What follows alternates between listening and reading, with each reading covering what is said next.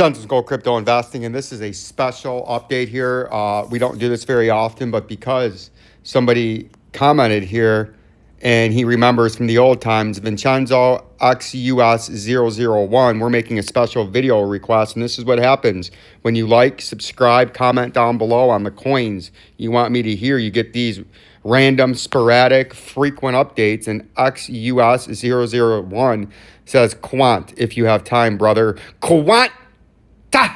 J, and he remembers the way we used to say QUANT back in the day, right? And so we're going to take a special video update. Remember to share this, comment down below, and you'll get, and comment what you want. You'll like QUANT. You'll get more of the QUANT, right? You'll get more of the QUANT videos, QUANT, you know, especially when you know it from a long time ago. So we're going to break this one down here. And we're going to start off, and this is, you can use this as, save this right now. This is a super simple and easy way to technical trade for free lesson here, Jay, on QUANT. Right? And here's how you start. Here's how I always start. These are all free. You don't have to pay for this on here. You can use a link I got for these guys, but I just use it for free. Yeah, a little tip here, just this is a great video for a life easy hack on technical trading to try to give you a leg up on the criminal gangsters and the retail investors. It's kind of like playing poker and you're trying to card count and you're trying to put the odds more in your favor. So if we take the VP volume indicator, check. Then I like to go into my little rectangle box and go to the mean through the whole history or as much information as you have of where all the trading was. Let's just get that on there. So where I like to go is on the biggest candle to biggest candle. I like to go from the candle bodies right here, where the biggest part of the mean trading was, whether it's buy or sell volume, I don't care. This is where all the trading happened, right? So if you're below this level, this is a technical rule, J, is if you're below the mean of the volume, you're bearish, right? And if you notice, this coin's not even long enough to have the moving averages on in this time frame. But if you're below the mean, you're bearish. So I always like to mark that in red. And then as a little tip, you go into here and you just brighten it up a little bit. Or lighten it up a little bit, I should say. That way it's easier to see as you're trading through it. And then I extend it past out way into the future. That way it's always on there. And then we lock it so we can't move it, right? So that's a major thing I like to do, right? Then I like to take a little price note and mark that. And I like to use these price notes right here, the price label, because they look better. There you go. $1.23 is a major resistance level. And then if you're down here at the bottom, so if you're trading in between this, you're in a neutral zone. You're in a watch zone. You're in an area where, like right now, see how we wicked out, came right back in, wicked out, came right back in, wicked out, came right back in, right? It's going right into the mean of the trading volume. So what I like to do here, when it's testing it on the bottom side, like it's going to be if we shoot in here to the shorter time frame, then I'll show you some of the other easy indicators that I like to use. Say we go into the daily time frame. See, now we got our moving averages. And I like to use the 100, the 50, and the 200 exponential moving averages. I feel like they give me a nice baseline. And what I like to do here is we'll move this into the current time frame, is the mean of the volumes right here. And when it's testing it from underneath or in it, I like to look at it as bearish until I see a pattern or something that tells me it's going to go through it, right? Or it's just going to shoot right through it. But right here, we came into the top side, and just like I like to use this as bearishness to get rejected, when you're coming through it from the bottom side and you break into it, and then you break into it right here and you hold it on the bottom side of it, that's bullish as long as you're holding that or holding it, and then you look for a big breakout, right? And it did. It blew right through here. But then after you break out, there's going to be overhead resistance, and you look for the back test. And it hit it here and held it, but the volume was declining. And then when it hit it again, it sunk right through it. And on its first attempt out, it got rejected, right? You like to use these when they're going through it at the bottom. See if it holds support. If it does do that, then you're looking for it to break out of the top side. But there's always going to be, after you break out of the top side, a retest, right? And a big thing you look at is have the volume down here. That's why I always have the volume. When we were trying to come from a local bottom, no, I don't want to buy you. This is the only thing you got to deal with if you don't buy it. It always puts a stupid ad on there at the worst time. So if you notice back here during the November with the Trump rally on its way up, to try to break into it and then break out of it, look what the volume was doing the whole time. It was rising. Not only in the daily volume, it was mostly rising, but in the mean of the volume, it was exponentially rising. And that's how another indicator that would give you a buy signal, at least in the short to medium term. So if you're in here in the daily and you break up into here, and now you've held it for a few days right here, you've held it after you broke into it, right?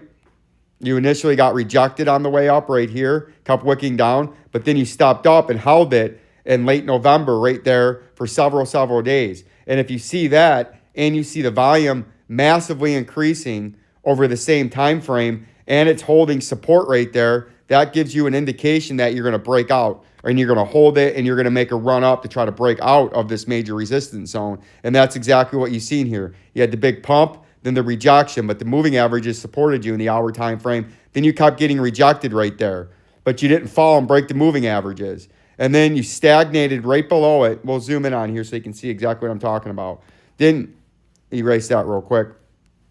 Erase these things real quick. This is a great technical trading lesson right here on a quant update. And this guy's either actively trading or looking to trade or trying to see a short-term trend. And this is a beautiful video, and thank you for commenting. And use this as an educational free service here. You came up, got quickly rejected. Then you stagnated below it for a minute and then pumped in real quick, but on the back test couldn't hold it. And then you rode straight sideways just below it onto the 50-day short-term and the 100-day medium-term moving averages. And the volume was steadily coming up as you were doing this. And then you pumped up and broke up into it. And now right there, when you go back out as you broke into it now, and you look at the daily volume during this whole time, you can see it was starting to go up right there the first time, right? It was steadily increasing in the daily volume, the first pump. Then you're going to look for it to come back and back test it now that you broke into it and hold it. And then if the volume continues to roll with it, you're looking for a breakout to the top side. And it never even had to come down to retest it. It just held the short-term, long-term, and medium-term moving averages in the daily time frame. And then look over the next few weeks as it was pumping up and then breaking out. You had the big spike in volume right here, right? After you started to go up here, then you had the big spike right here in volume. And then you're like, oh, all right, now it broke out of there. Now the big critical thing after it breaks out is what does it do after? It's going to come back down and have to retest this. Now after it breaks it out, could break it out by 5 to 20% before it comes back to do a retest. But almost always they will come back. And it's not always, but it's almost always they will come back for a retest. And you can see in this case, it went up about 26% above the breakout point in the daily time frame. And then it came crashing back down. And on its first run back down, it got rejected here, and now you're going to look to see if it came all the way down here, you would use that as a buy, as major support. But it didn't. It went to about the 50 percentile level and then stagnated sideways, had a big pump out, rejected, big pump out, rejected, big pump out, rejected, and then it had a long-term, full-term flush down here, which would be a buy zone because there should be buyers there in the short term for a quick swing trade, but then it kept getting rejected down and finally came out, right? And that's all led to you by finding the mean of the volume to help you determine where this price action is going. And that's why I always go out into a long time frame until I can get to as much data as the site will allow me on the chart, and I run the volume. Because now what you're looking at here in the weekly, and then we'll go back to the daily, is you're getting rejected at the $1.24 level because you come back in to this mean of the trading volume. You're either going to start to get some volume to pump in here. It's going to trade down into here, come down to this $100 support again, trade sideways along it as the volume for a few days or a few weeks, however long this is, or however long it would be, levels off and then starts to trend back up. That would be an indicator now down here that the price is at least going to make another run at $1.24. And if the volume spikes up like it did back here, that would lead you to believe you're going to come retest this $1.73. And these are super simple and easy ways to technically trade this market. And by saying that and by showing you this, what I would be paying attention to in the short to medium term in quant, and quant did have a big rally from its November low. It came up almost 225%. So what I'd be looking at now in quant in the short term, here's a little shortcut, hit that, hit clone, then come down here, and then you can click up into here if you want to make it a different color, right? Is the $89 is a critical level, and I'd be paying attention for the volume to level off. And if it does, it'll be down here near that $89 support, and then I'd be looking to see if the volume starts to pick back up, and most importantly, buy volume to make a relief rally. But I would say until you break across the $1.24, from hitting it from the midpoint like this up, just like here, it's bearish. I'd be using that as a sell signal. But when it comes back down and wants to retest this 89.42, I'd be looking at that as a buy area, at least for it to bounce somewhere in that area to make another run back up to try to either bust out of here or get rejected and then flush, and that would be about a 40% gain. And if we go into the weekly time frame, the 50-day moving average is there. So that's very interesting to note. And there is no 200-day moving average in the weekly time frame because on this chart, there's not enough data to get a 200-day weekly. But in the short term, that's what I'd be looking at quant. And if it did hold that, and you were looking at this as a potential bull flag on a longer consolidation, you would take a technical move, which I am not forecasting right now, from the bottom to here to the point of a breakout, we'll say the midpoint as the neckline. That'd bring you to 336, just below the 428 all-time high. Am I forecasting that? No, because what this could be is your big flag, your flagpole, the volume stays sell, and then you have a tremendous bear market. And then you say, well, that's only one time that it's done that.